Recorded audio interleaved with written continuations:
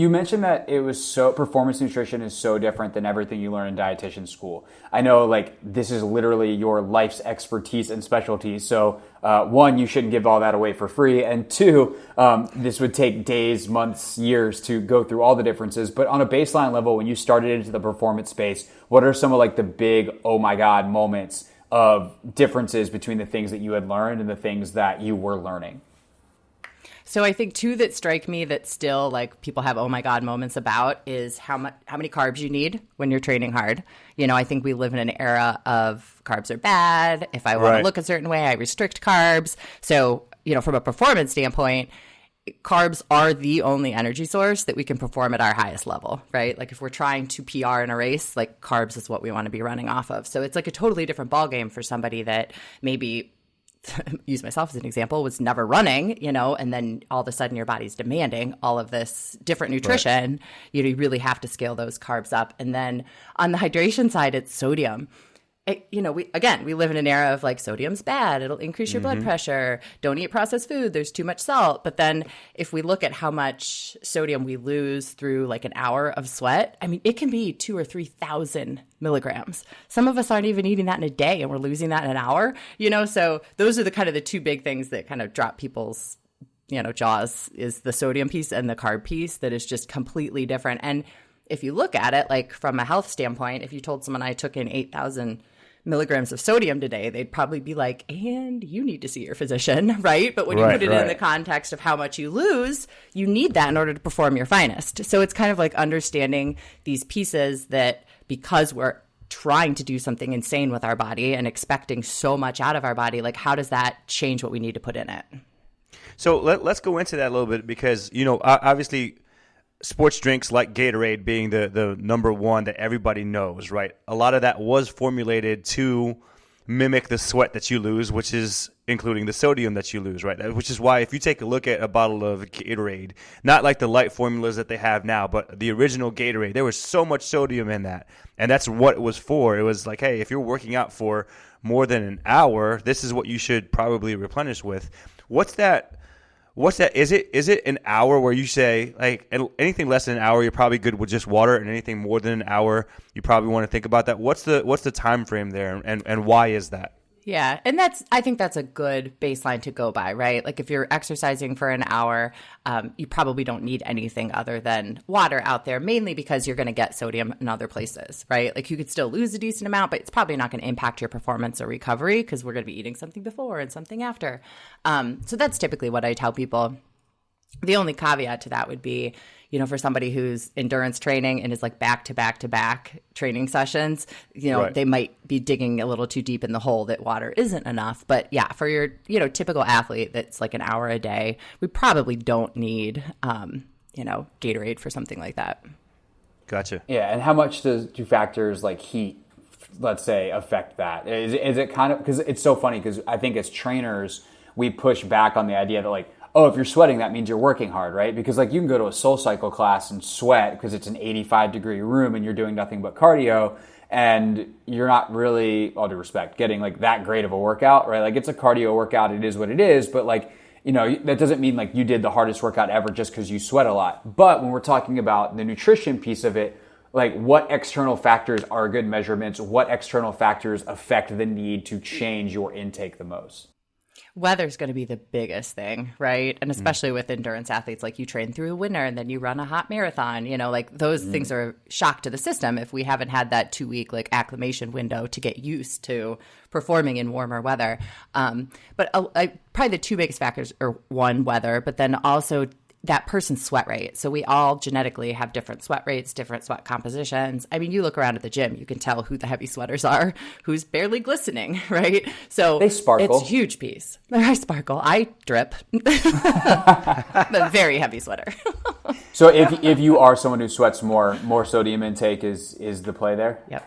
And even that's genetic as well. So I work with a company that we can test. Like you wear a little patch and you put it on your forearm and it actually collects your sweat. So not only do we know how much sweat you're losing, but we know how much sodium you're losing. And I have been blown away by some people's sweat compositions. And usually there's something that has tipped me off to the fact that like we need to look at this, like they've had heat stroke or had a heat illness. Obviously that's a huge risk factor.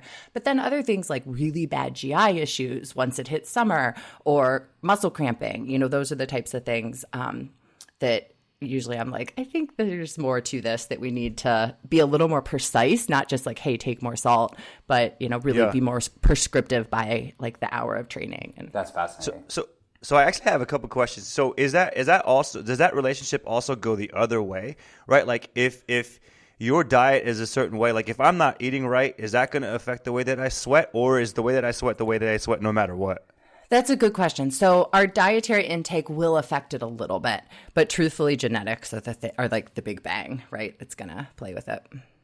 Gotcha. And then the follow-up question to that is you had mentioned muscle cramping, and that was something that I know I dealt with a lot when I was young. I would always get cramps in my calves. It didn't matter how many bananas I ate or obviously the pickle juice that people thought was the solution back in the day. What's your remedy for things like muscle cramps, or if you're in the middle of a game and it's the fourth quarter and you're starting to cramp?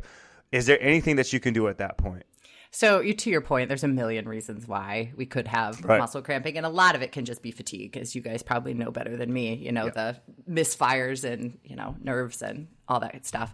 But if that person is a heavy sweater, we see salt kind of caked on them, you know, we can assume that there probably is a big piece of this that has to do with hydration. So the one thing I like to do is like take a step back. So if that person's having cramping in the fourth quarter, rather than like trying to fix it once the cramp starts, which is really difficult, like take a step back and like before their game, load them up with a really high sodium drink, or even the night before. There's some really good research that people who are heavy sweaters, that maybe they're wearing a bunch of like protective padding, you know, that's going to make them sweat more. And then it's a hot day and they've had issues. If we actually drink, you know, somewhere around like 32 ounces of extra fluid, like around dinner time or after, and then add in a high sodium supplement, anywhere from like 1,000 to 1,700 milligrams of sodium, we hang on to that. So we have this like buffer that we can burn through, sweat through, I guess I should say.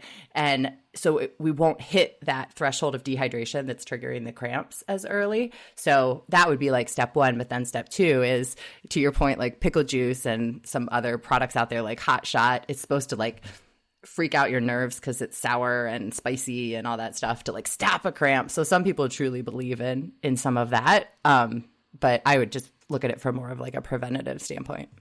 So you're telling me sodium load and not carbo load the night before? Right. Yep.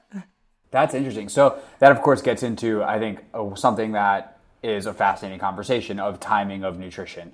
You know, there's kind of these extremely broad best practices that are out there. And then, of course, you can get into a lot more detail. And, you know, as trainers, I think we tend to stay in the broad lane because that's our lane.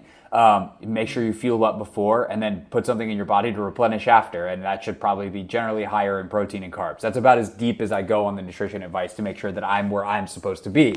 But now we have you on the podcast. You get to go a lot deeper. So when you start working with a new client and you start to give them some basics and advise them, and let's say I want to kind of do two different athletes here. Like, let's start with an endurance athlete, but also I think a lot of people that listen are like more on the strength profile side of it. And I'm curious how those two things are different. So for an endurance athlete, you meet them for the first time, you start to lay out a baseline of kind of some systemic level rules that you're going to give them. What does that system of fueling look like?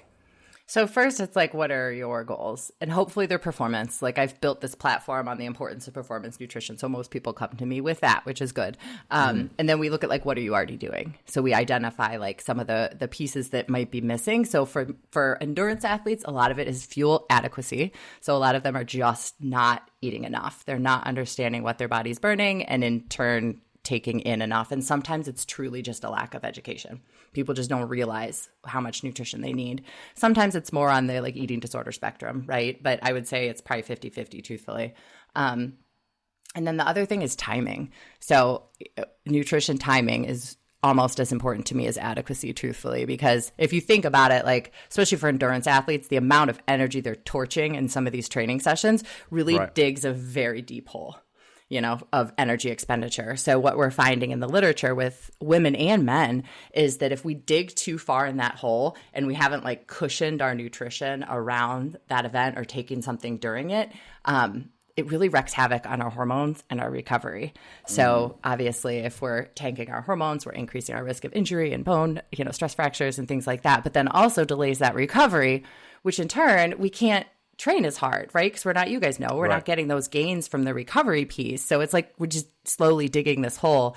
And I would say, honestly, probably 50% of endurance athletes are not nailing that yet. So that's a piece too, is like looking at when they're training and making sure that we're getting enough nutrition around it. Because a lot of times it's lopsided. Like if you look at the typical American diet, we eat a lot at night, but we don't always eat much during the day.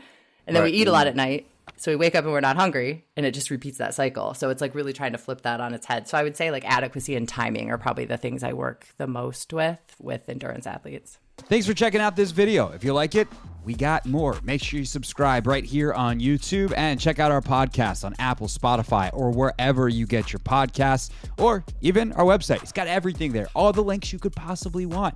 Go check it out, trainwiththebest21.com.